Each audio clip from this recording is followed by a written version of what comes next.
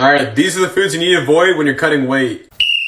Red flag! This is toxic diet culture personified. Don't let anyone tell you you have to cut out foods if you want to lose weight. Trying to do that is only going to set you up for failure by worsening your relationship with food and making you miserable along the way. Okay, first thing, chips. It's a no-brainer. It's shit for you. Don't eat it. You're a no-brainer.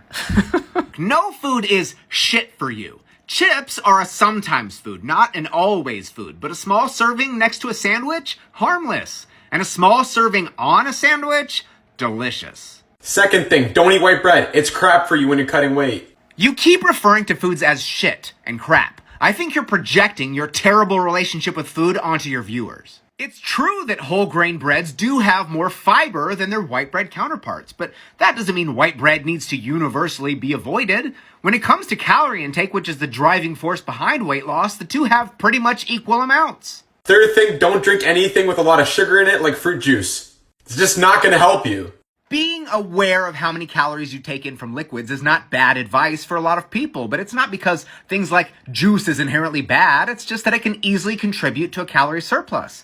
But if you have a small glass of OJ with your breakfast and you account for those calories, it's fine, and it's a great source of vitamins and minerals. And lastly, desserts like brownies, ice cream, or any of that, cut that shit out of your diet. This is probably the least helpful piece of advice on this list. If giving up dessert is the only way I'm going to lose weight, I'm sorry. That's just not a sacrifice I'm willing to make. Overly restrictive guidelines like forbidding dessert only creates more temptation. You might be able to fend off cravings for a few days or weeks, but ignoring them is only going to make them worse. And what happens when you finally do give in? You overindulge and you derail all of your good intentions.